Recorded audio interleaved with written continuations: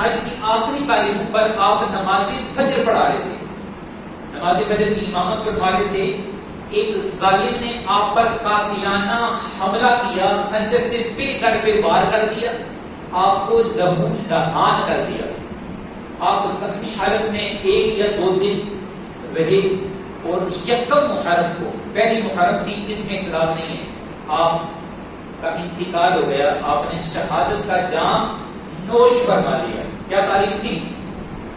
یکم محرم۔ کون شہید ہوا تھا؟ خلیفہ ثانی حضرت عمر فاروق اعظم رضی اللہ تعالی عنہ۔ یہ وہ ہستی ہیں پیارے بھائیوں کہ جن کے بارے میں میرے اور آپ کے پیارے نبی صلی اللہ تعالی علیہ وآلہ وسلم نے ارشاد فرمایا کہ عمر جس گلی سے گزرتا ہے شیطان اس گلی سے بھی بھاگ جاتا ہے۔ یہ حدیث کا خلاصہ ہے کہ آپ کو دیکھ کر شیطان رستہ بدل لیا کرتا تھا، اور نبی کریم صلی اللہ علیہ وسلم نے آپ کے بارے میں یہ بھی فرمایا میرے بعد اگر کوئی نبی ہوتا تو عمر ہوتا۔ اتنا بلند مقام آپ نے حضرت عمر فاروق رضی اللہ تعالی کے بارے میں فرمایا عمر فی الجنہ، کہ عمر جنتی ہے۔ آپ کو جیتے جی نبی علیہ الصلوۃ والسلام نے جنت کی بشارت کا فرمائی۔ اتنے عظیم خلیفہ آپ نے ابو بکر صدیق رضی اللہ تعالی عنہ کے دور خلافت تھا، وہ تقریباً 2.5 سال پر مشتمل تھا۔ آپ نے ابو بکر صدیق رضی اللہ تعالی عنہ کے بھرپور تعاون کیا، آپ ان کے معاون بن کر، آپ ان کے مشیر بن کر دین کی خوب خدمت کرتے رہے۔ جب حضرت سیدنا ابو بکر صدیق رضی اللہ تعالی عنہ کا وصال ہو گیا تو اس کے بعد حضرت عمر فاروق اعظم رضی اللہ تعالی عنہ خلیفہ بنے، اس لیے آپ کا لقب ہے خلیفہ ثانی۔ کیا لقب ہے؟ خلیفہ ثانی۔ اسلام کے دوسرے خلیفہ کون ہیں؟ حضرت عمر رضی اللہ تعالی عنہ۔ آپ نے پھر اپنے دور خلافت جو آپ کا تھا وہ ماشاءاللہ کافی طویل تھا، تقریباً 10 سال آپ نے خلافت کا یہ منصب سنبھالا۔ کتنے سال؟ 10 سال تک آپ نے دین کی خدمت کی، اور آپ نے عدل کا ایسا ایک نظام قائم کر دیا کہ جس کو دیکھ کر اس وقت بھی اور آج بھی غیر مسلم بھی آپ کے قانون کو سلام کرتے ہیں اور کہتے ہیں باقی ایک بہترین قانون نافذ کیا۔ اور آپ کا لقب یہ بھی تھا کہ آپ عدل کرتے تھے، انصاف کرتے تھے، آپ کے جو فیصلے ہوا کرتے تھے وہ قرآن و حدیث کے عین مطابق ہوا کرتے تھے۔ بعض اوقات تو آپ کی جو رائے تھی نبی کریم علیہ الصلوۃ والسلام کے دور کی بات ہے، بعض امور پر جب صحابہ کرام کے درمیان مشاورت ہوا کرتی تھی تو جس طرف حضرت عمر رضی اللہ تعالی عنہ کی رائے ہوا کرتی تھی اس کے مطابق اللہ سبحانہ تعالیٰ قرآن مجید میں آیات قرآنی بھی نازل کرتا تھا۔ یعنی اتنی عظیم ہستی ہیں کہ آپ کی رائے کے مطابق کئی قرآن مجید میں آیات بھی نازل ہوئی۔ تو ہستی ہے پیارے بھائیوں۔ آپ نے اسلام کب قبول کیا؟ آپ کی عمر اس وقت 33 سال تھی۔ کتنی تھی؟ 33 سال۔ اس وقت نبی کریم صلی اللہ تعالی علیہ وآلہ وسلم نے اللہ سبحانہ تعالیٰ سے دعا کی، اور دعا کے ذریعے حضرت عمر رضی اللہ عنہ کو مانگا، اللہ پاک نے دعا قبول فرمائی، اور حضرت عمر فاروق اعظم دائرہ اسلام میں تشریف لے آئے۔ آپ کے بارے میں آتا ہے کہ آپ اس وقت جہالت کا دور تھا، آپ پڑھ لکھے تھے، تعلیم یافتہ تھے، آپ پڑھنا لکھنا جانتے تھے، بہترین گھوڑ سوار تھے، طاقتور پہلوان تھے، اور بہترین ایک تاجر تھے، اور بہترین خطیب تھے۔ آپ خطبہ بھی ارشاد فرمایا کرتے تھے۔ نبی کریم صلی اللہ تعالی علیہ وسلم کے ساتھ آپ نے جو قرب حاصل کیا وہ بھی بے انتہا اور بے مثال ہے۔ آپ نبی کریم صلی اللہ تعالی علیہ وسلم کی رفاقت میں دین اسلام کی غزوات میں، جنگوں میں شرکت کیا کرتے تھے، اور نمایاں حیثیت سے اللہ پاک نے کامیابی بھی عطا فرمائی۔ آپ کے عدل کا ایک بڑا پیارا واقعہ سماعت کیجیے۔ حضرت عمر فاروق اعظم رضی اللہ تعالی عنہ اور حضرت ابی بن کعب رضی اللہ تعالی عنہ کسی چیز میں آپس میں اختلاف ہو گئے، تو اس وقت کے جج حضرت سیدنا زید بن ثابت رضی اللہ تعالی عنہ کے پاس گئے۔ جب حضرت زید رضی اللہ تعالی عنہ نے دیکھا کہ وقت کے امیر المومنین حضرت عمر فاروق اعظم رضی اللہ تعالی عنہ آئے ہیں، تو اس نے آپ کو عزت دینے کے لیے اپنے پاس بٹھانے کی دعوت دی۔ اس پر حضرت عمر فاروق اعظم رضی اللہ تعالی عنہ سخت ناراض ہوئے اور فرمایا وہ جج وہ قاضی کبھی بھی صحیح فیصلہ نہیں کر سکتا جو شخصیت کو دیکھتا ہے. ہم آپ کے پاس حاضر ہوئے, اس وقت ہم دونوں برابر ہیں. میں مسلمانوں کا امیر بن کر نہیں آیا, بلکہ ہمارا جو آپس میں اختلاف ہے اس اختلاف کو حل کروانے, آپ سے فیصلہ کروانے کے لیے آئے ہیں, تو میں اس کے ساتھ ہی بیٹھوں گا. تو آپ اس زمین پر بیٹھے حضرت سیدنا ابی بن کعب رضی اللہ تعالیٰ کے درمیان. اچھا, اصول یہ ہوتا ہے کہ جو بندہ دعویٰ کرتا ہے, دعویٰ کیا تھا حضرت سیدنا ابی بن کعب رضی اللہ تعالیٰ عنہ نے. اصول یہ ہوتا ہے کہ وہ دعویٰ کرنے والا ہے وہ گواہی پیش کرے. مثال کے طور پر کوئی بات کرتا ہے تو اس پر یہ حق بنتا ہے کہ اس کے گواہ بھی پیش کرے. اچھا, اگر وہ گواہ نہیں پیش کر سکتا پھر دوسرے فریق کو کہا جاتا ہے کہ تم قسم اٹھا لو. یہ اصول ہوتا ہے. جب انہوں نے دیکھا کہ ابی بن کعب رضی اللہ تعالیٰ کو گواہ پیش نہ کر سکے, اس وقت حضرت فاروق اعظم رضی اللہ تعالیٰ کی باری تھی قسم اٹھانے کی. اس پر جو جج تھے قاضی صاحب حضرت سیدنا زید بن ثابت رضی اللہ تعالیٰ عنہ, انہوں نے کہا جو دوسرے مدعی تھا جنہوں نے دعویٰ کیا تھا کہ ابی بن کعب رضی اللہ تعالیٰ, جج نے ان سے کہا کہ آپ ان سے قسم نہ اٹھوائیں, امیر المومنین ہیں. اس وقت بھی حضرت عمر فاروق اعظم نے قاضی کو ڈانٹا اور کہا جب آپ کے سامنے دو شخص آ جائیں چاہے وہ کسی بھی مرتبے کے ہوں, آپ کی نظر میں دونوں برابر ہونے چاہیے, اور آپ نے پھر قسم اٹھا کر اس کا فیصلہ کرا. لیکن آپ کا یہ عدل و انصاف دیکھا جائے تو کیا تھا, وقت کے آپ صدر تھے, بادشاہ تھے, وزیر اعظم کہہ رہے تھے, لیکن اس کے باوجود آپ اس کٹہرے میں بیٹھے تھے. اس کے باوجود آپ نے کہا وہی قانون میرے لیے لاگو ہوگا جو اس ایک عام آدمی کے لیے لاگو ہوتا ہے. تو آپ نے صرف عدل و انصاف کا نعرہ نہیں لگایا بلکہ عدل و انصاف کر کے بھی آپ نے دکھایا. ایسے اللہ پاک نے آپ کو ایک عادل شخص بنایا تھا. اسی طرح ایک مرتبہ حضور کے چچا حضرت عباس رضی اللہ تعالی, ان کا گھر مسجد نبی شریف کے قریب تھا, جہاں پر آج باب السلام ہے. جو مکہ شریف گئے ہیں یا مدینے گئے انہوں نے دیکھا ہوگا کہ باب السلام ہے ایک مسجد نبی شریف میں, اس کے ساتھ ان کا گھر تھا. ان کا حضور کے چچا حضرت عباس رضی اللہ تعالی, یہ ایک دفعہ ان کے پاس کہنے لگے مسجد کی توسیع کرنی ہے, تو آپ حضور کے چاچا بھی ہیں, میں آپ کو جتنے آپ کی ڈیمانڈ کرتے ہیں اس کی آپ کو رقم دیتا ہوں, اتنی آپ یہ مکان ہمیں دے دیں تاکہ ہم اس میں مسجد کی توسیع میں اس کو شامل کر دیں, یا پھر اگر آپ ایسے ہی دینا چاہتے تو تحفہ دے دیں. لیکن حضرت عباس رضی اللہ تعالی عنہ نے انکار کر دیا کہ نہیں, میں اپنا گھر نہ بیچنا چاہتا ہوں اور نہ میرا کوئی یہ موڈ ہے کہ تحفے میں دے دوں. خیر حضور فاروق باز ضد تھے, نہیں دے دو, مسجد کی توسیع کرنی ہے. اب یہ بھی آپس میں اختلاف پایا گیا. اس کا فیصلہ کروانے کے لیے حضرت عمر فاروق اعظم رضی اللہ تعالی عنہ نے اس وقت کے جو قاضی تھے قاضی ابی بن کعب رضی اللہ تعالی کو مقرر کروایا. اب دیکھیں انصاف کا بول والا ہے, ایک طرف ملک کا بادشاہ کہہ رہا ہے یہ گھر دے دو, مسجد کے ساتھ رکھنا ہے, مسجد میں شامل کر لیں, لیکن دوسری طرف اپنا مکان مالک کون تھا حضرت چچا عباس, وہ کہتے نہیں دینا بھی میں نے. اختلاف پایا جا رہا ہے. دیکھا جائے تو زور زبردستی کی جا سکتی تھی, لیکن آپ نے عدل قائم کرنا تھا, انصاف قائم کرنا تھا. آپ نے کہا ٹھیک ہے ہم یہ کیس عدالت میں دیتے ہیں. اس وقت کا رولز تھا, جج ہوا کرتے تھے, قاضی ہوا کرتے تھے. اس وقت کی قاضی ابی بن کعب رضی اللہ عنہ کے پاس لے کے حضرت عباس کو یہ معاملہ ہے, حضور میں مکان لینا چاہتا ہوں, یہ مکان دینا نہیں چاہتے, ان کا مکان ہے, میں نے پیسے دینے کی آفر کی ہے کہ یہ مان دے دیں. جب جج نے قاضی صاحب نے دونوں کے دلائل سنے تو پھر آپ نے فیصلہ سنایا کہ عباس حق پر ہیں, اس کی اجازت کے بغیر اس کا مکان نہ خرید سکتے ہیں اور نہ اس جگہ مسجد بن سکتی ہے, لہذا یہ فیصلہ عباس کے حق میں عباس جیت گئے. سبحان اللہ. فیصلہ ہوا, عمر فاروق نے بھی کہا ٹھیک ہے جج کا فیصلہ ہے, سر آنکھوں پر. لیکن حضرت عباس جیسے فیصلہ کے حق میں ہوا وہ کہنے لگے میں تو ویسے ہی کر رہا تھا تاکہ رہتی دنیا کو پتا چل جائے کہ ہمارے دین کو ماننے والے, ہمارے اسلام, ہمارے بزرگان دین, ہمارے صحابہ کرام نے کس طرح عدل و انصاف کر کے دین اسلام کی خدمت کی.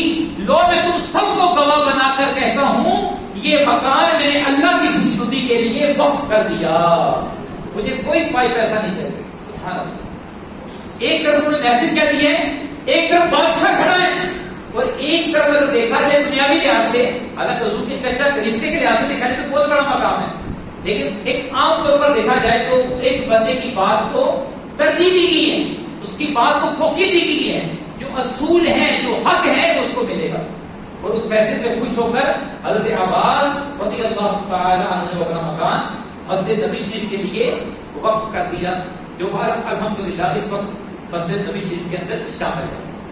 تو میرے بھائیو اس طرح حضرت عمر فاروق اعظم رضی اللہ تعالی وقت کے بادشاہ ہو کر پھر بھی آپ نے عدل و انصاف اور جو قانون کہتا ہے اس کے مطابق فیصلہ کیا.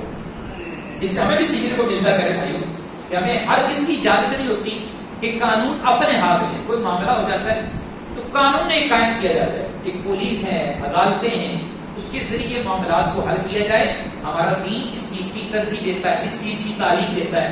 تو ہمیں چاہیے اپنے معاملات کو آپس میں لڑائی جھگڑا کرنے کی بجائے ایک طریقہ کار کے مطابق، جیسے پنچایت ہوتی ہے وہ بٹھا لی جائے تاکہ شرعی اصولوں کے مطابق فیصلہ ہو، کسی کے ساتھ زیادتی نہ ہو.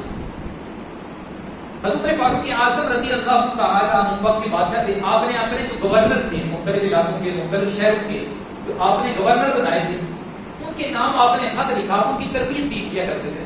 اب بادشاہ بھی تھے، یہ کہ وزیر بنا دیا ہے، گورنر بنا دیا تو پوچھا ہی نہیں، پوچھا کرتے تھے.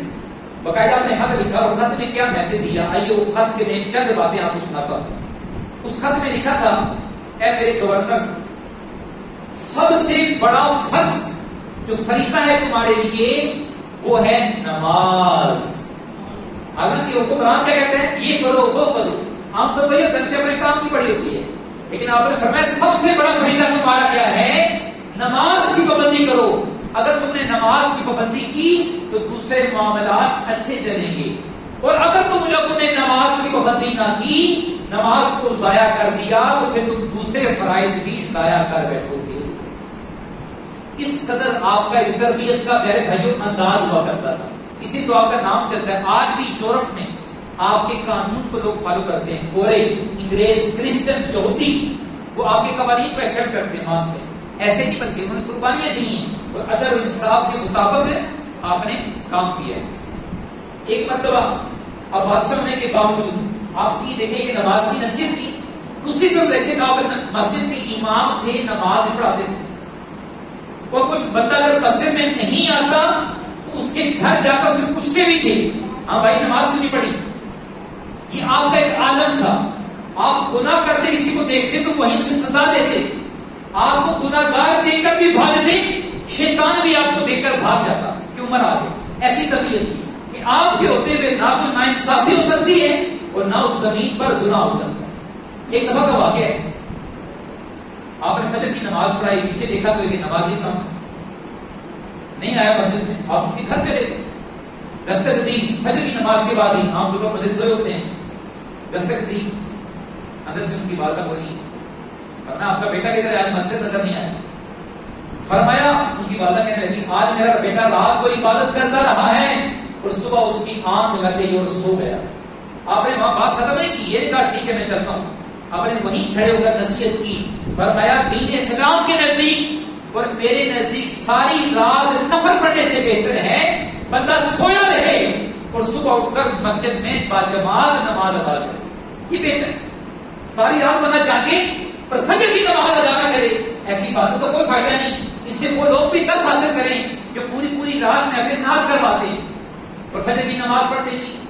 کیا فائدہ اس محفل ناز کا بتائیں کہ محفل ناز کروانا ایک مستحب عمل ہے، نفلی کام ہے، کریں گے ثواب ملے گا، نہیں کریں گے گناہ گار نہیں ہوں گے. آپ نے ساری رات ناز خوانی کی، جلسہ کروایا، لیکن جب فرض ادا کرنے کی باری آئے تو آپ سو گئے. یہ ہمیں دین اسلام اس کی تعلیم نہیں دیتا. کوشش کریں جلسوں میں شرکت کرنی چاہیے، اچھی چیز ہے، لیکن وقت کا تعین کیا جائے. عشاء کی نماز سے لے کر 2 گھنٹے کے اندر ختم کر دیں، یہ اصول ہے ہمارے دین کا. عشاء کی نماز کے بعد 2 گھنٹے بہت ہوتے ہیں محفل کے لیے، 2 گھنٹے کے اندر ختم کر دیا جائے تاکہ بندے جا کے آرام کریں اور فجر کی نماز جماعت سے پڑھیں. اب آپ کو نماز کا بھی فائدہ ملے گا اور اس نماز کھانے کا بھی ثواب ملے گا. ان چیزوں کا پیارے بھائیوں خیال رکھا کریں. جہاں بھی محفل شرکت کرنی ہے آپ یہ پیغام بھی پہنچائیں، اس بات کا خیال رکھا جائے کہ اس محفل کی وجہ سے لوگوں کی نماز ضائع نہ ہو. اسی طرح میرے بھائیوں آپ کا ایک اور بڑا اہم کارنامہ حضرت عمر فاروق اعظم رضی اللہ تعالی عنہ وہ کیا تھا؟ نبی کریم صلی اللہ تعالی علیہ وسلم نماز تراویح ادا کیا کرتے تھے بڑے شوق کے ساتھ، صحابہ کو اس کی تلقین بھی دیا کرتے تھے پڑھا کرو، لیکن آپ نے اس پر پابندی نہیں کی. اس لیے پابندی نہیں کی علماء فرماتے ہیں کہ کہیں امت پر فرض نہ ہو جائے نماز تراویح. حضرت ابوبکر صدیق کا بھی دور گزر گیا، حضرت عمر فاروق اعظم رضی اللہ تعالی عنہ کا دور جاری تھا. آپ ایک دفعہ مسجد میں آئے، دیکھا چند بندے ادھر نماز پڑھ رہے ہیں نماز تراویح، چند بندے ادھر پڑھ رہے ہیں، چند بندے ادھر ایک امام صاحب کے ساتھ پڑھ رہے ہیں. آپ نے دل میں سوچا کیا ہی اچھا ہو کہ ان لوگوں کو ایک امام کے پیچھے جمع کر دیا جائے. اس وقت جو ایک سید القرا جنہیں کہا جاتا ہے، جو قرآن مجید کے بہترین پڑھنے والے استاد تھے، ان کا نام تھا ابی بن کعب رضی اللہ عنہ. کیا نام تھا ان کا؟ یہ یاد رکھیں تراویح کے پہلے امام ہیں، اس لیے یہ اہم شخصیت ہے تو ہمیں یاد ہونا چاہیے. ابی بن کعب رضی اللہ تعالی عنہ کو سید القرا بھی کہا جاتا ہے، یعنی قرات کرنے والوں کے سردار. سید القرا کا معنی ہے. اچھا ان سے مشورہ کیا تو ابی بن کعب رضی اللہ تعالی عنہ کہنے لگے یا سیدی عمر فاروق اعظم، اس سے پہلے یہ کام ہے نبی پاک نے کیا نہ ابو بکر صدیق نے کیا، یہ نیا کام ہے، مجھے جھجک ہو رہی ہے، مسائل پیدا نہ ہوں. جب انہوں نے یہ بات کی نیا کام ہے کہ مسئلہ نہ ہو اور شکوک و شبہات کا اظہار کیا، اپنی رائے پیش کی، اس پر حضرت عمر فاروق اعظم رضی اللہ تعالی عنہ نے کہا ہاں یہ نیا کام ضرور ہے لیکن بہت عمدہ کام، اچھا کام ہے، تم امام بن جاؤ، تمہارے پیچھے سارے لوگ نماز پڑھیں. ابی بن کعب رضی اللہ تعالی عنہ اس بات پر رضامند ہو گئے اور اس طرح تراویح کے جو پہلے امام باقاعدہ بنے عمر فاروق اعظم رضی اللہ تعالی عنہ کے کہنے پر ان کا نام کیا تھا؟ سب بولے ابی بن کعب رضی اللہ تعالی عنہ. آپ نماز پڑھائی تھی، دوسرے دن آپ مسجد میں آئے تراویح کے وقت تو دیکھا کہ اب جو سارے لوگ جو ہیں جو پہلے منتشر تھے، کوئی ادھر پڑھتا تھا، کوئی ادھر پڑھتا تھا، کوئی ادھر پڑھتا تھا، اب سب ایک امام کے پیچھے کھڑے ہو کر نماز تراویح ادا کر رہے ہیں. تو بخاری شریف کے حدیث پاک ہے، آپ نے فرمایا نعم البدعۃ ھذہ، کہ یہ جو بدعت ہے کتنی اچھی بدعت ہے. لفظ بدعت کا معنی پتہ کیا ہوتا ہے؟ نئی چیز. بعض لوگ بدعت کے لفظ سے چڑ کھاتے ہیں، یاد رکھیں بدعت بتاتے خود کو بری چیز نہیں. بدعت کا کیا معنی ہے؟ کوئی بھی نیا کام ہو، کوئی بھی نئی چیز ہو، اس کے لفظ بدعت استعمال ہوتا ہے. تو عمر فاروق جن کو نبی پاک نے جنتی ہونے کی بشارت یہ کیا کہتے ہیں؟ نعم البدعۃ ھذہ، کہ یہ ایک بہترین عمدہ بدعت ہے، یہ اچھی بدعت ہے. تو نماز تراویح بھی آپ کے دور میں باقاعدہ شروع کی گئی. تو بڑے دین اسلام میں آپ نے کارنامے انجام دیے. اب حکمران تھے، حکمرانوں کے لیے آپ نے بڑی پیاری دو آپ کی قول ہے بڑی مشہور، وہ سناتا ہوں. آپ فرماتے ہیں اگر جو حکمران ہے، حکمران کہتے ہیں امیر المومنین ہوں، اگر دریائے فرات کے کنارے پر ایک بکری بھی مر جائے تو مجھ سے اس کا بھی اللہ پاک حساب لے گا. ایک نصیحت کی ہے کہ حکمران کو ایسے ہونا چاہیے ہر بندے کا، حتیٰ کہ جانوروں کا بھی خیال رکھتے میں. حکمران ہے اس کا مطلب کیا ہے کہ ساری رعایا کا اس کا فرض ہے، اس پر اس کا خیال رکھے. فرماتے ہیں اگر بکری بھی مر جائے تو مجھے ڈر ہے کہ اللہ پاک مجھے اس کا بھی حساب لے گا. اس طرح کا آپ نے عدل قائم کیا. پھر حکمرانوں کو ایک بڑی پیاری آپ نے نصیحت فرمائی. فرماتے تھے یہ عہدہ مل جانا، گورنری مل جانا، وزیر بن جانا، وزیر اعظم بن جانا، صدر بن جانا، فرمایا یہ عہدے جو ہوتے ہیں یہ اس لیے نہیں ہوتے کہ نمود و نمائش کی جائے، واہ واہ کروائی جائے، بلکہ آپ نے فرمایا یہ عہدے حکمرانی کے لیے نہیں بلکہ خدمت گزاری کے لیے ہوتے ہیں. یہ عہدے کس لیے ہوتے ہیں؟ خدمت گزاری کے لیے. حکمران بنے ہو، آپ کی خدمت گزار بن جاؤ، ان کی خدمت کرو. یہ آپ کا قول ہے اور آپ نے اس پر عمل کر کے دکھایا پیارے بھائیوں. جی ہاں، ایک بڑا ہی پیارا خوبصورت واقعہ سماپت ہے. دور خلافت ہے، وقت کے بادشاہ ہیں حضرت طلحہ رضی اللہ تعالی عنہ فرماتے ہیں میں اس لیے اس نیت کے ساتھ کہ ان میں کوئی خامی دیکھوں، حضرت عمر فاروق اعظم کے اندر کوئی خامی دیکھوں، آپ کا پیچھا کر رہا تھا. کہتے ہیں ایک رات آپ جب اپنے گھر سے نکلے، میں ان کے پیچھے پیچھے جا رہا ہوں، یہ کسی گھر کے اندر چلے گئے حضرت عمر فاروق اعظم. تو تھوڑی دیر بعد باہر آ جاتے اور باہر آ کر پھر آگے چلتے ہیں دوسرے محلے میں، اب کسی اور کے گھر میں چلے جاتے ہیں. اس طرح آپ گھروں میں گھومتے رہے. کہتے ہیں صبح ہوئی تو میں گھر میں گیا جو سب سے پہلے جس گھر میں آپ گئے تھے, پوچھا کہ رات کو جو شخص آیا تھا وہ کیا کرنے آیا تھا آپ کے گھر میں؟ تو وہاں فرمایا وہ بوڑھی تھی, اندھی تھی. وہ کہنے لگی یہ وہ شخص ہے روزانہ میرے پاس آتا ہے, میں اندھی ہوں, میرے گھر کے کام کاج کرتا ہے, میرے گھر کی صفائی کرتا ہے, میرے گھر میں جھاڑو دیتا ہے, مجھے کھانا کھلانے جاتا ہے. سبحان اللہ. یہ ہے میرے بھائی عمر فاروق اعظم کا دور خلافت, یہ ہے آپ کی بادشاہت, یہ تھے امیر المومنین کہ اپنے رعایا کا کس طرح خیال کر رہے ہیں, جھاڑو دے رہے ہیں. آج کے حکمران یہ سوچ بھی سکتے ہیں کہ جھاڑو کو پکڑیں گے اس طرح. پہلے بھائی عمر فاروق اعظم نے صرف کہا نہیں ہے اے حکمرانوں تمہارا کام صرف حکمرانی نہیں ہے بلکہ خدمت گزاری ہے. آپ نے خدمت کر کے دکھائی ہے, صرف باتوں سے آپ نے عمل کر کے دکھایا. پہلے بھائی اسی طرح کا بڑا پیارا واقعہ ہے. ایک مرتبہ احنف بن قیس یہ گورنر تھے اپنے علاقے کے, یہ واپس مدینہ شریف آئے تو دیکھا تو حضرت عمر فاروق اعظم جو گھوڑے رکھے ہوئے ہیں ان کی خود بھی مالش کر رہے ہیں, بادشاہ ہیں, تیل لگا رہے ہیں, ان کی مالش ہو رہی ہے. جب احنف بن قیس آتے ہیں تو عمر فاروق کہتے ہیں اے احنف گورنر ہیں, یہ بھی اپنے علاقے کے وزیر ہیں, ایک مرتبے والا شخص ہے, پر میں احنف میری مدد کرو. کسی تیسرے شخص نے کہا حضور آپ اس کام کے لیے خادم کیوں نہیں رکھ لیتے؟ فرمایا جو حکمران ہوتا ہے وہی تو خادم ہوتا ہے. اگر خادم رکھنا ہے تو میرے سے بڑا خادم کون سا ہے, اگر غلام رکھنا ہے تو میرے سے بڑا غلام کون سا ہے. یہ آپ کا پہلے بھائی بادشاہ ہو کر آپ کا عدل و انصاف, آپ کی عاجزی, آپ کی عوام کی خدمت, سبحان اللہ, اللہ پاک نے کیسے آپ کو عطا فرمائی تھی. اس طرح پہلے بھائی حکمرانی کی جاتی ہے. آپ نے حکمرانی کی, بادشاہت کی, لوگوں کے دلوں پر کی. آج حکمران تو ہیں لیکن ہمارے دلوں کے حکمران نہیں, زبردستی جبرن حکمران بن جاتے ہیں. حکمران وہی دلوں پر حکومت کرتے ہیں. یاد رکھیں لوگوں کے وہی دل جیتتا ہے جو لوگوں کے کام آئے. اللہ تعالیٰ ہم سب کو دین اسلام پر عمل کرنے کی توفیق عطا فرمائے اور ہمارے ملک کے لیے کوئی اچھا سا ایک پیارا شخص جو دین اسلام کا خدمت گزار ہو, جو عوام کا خدمت گزار ہو, جو اسلام کا علمدار لے کر دین اسلام کا جھنڈا بلند کرے کو عطا فرمائے. آمین. سنتے اللہ فرمائے. علم کے موتی آقا نے عطا کیے, علم کے موتی آقا نے عطا کیے, ناداروں کو علم کے موتی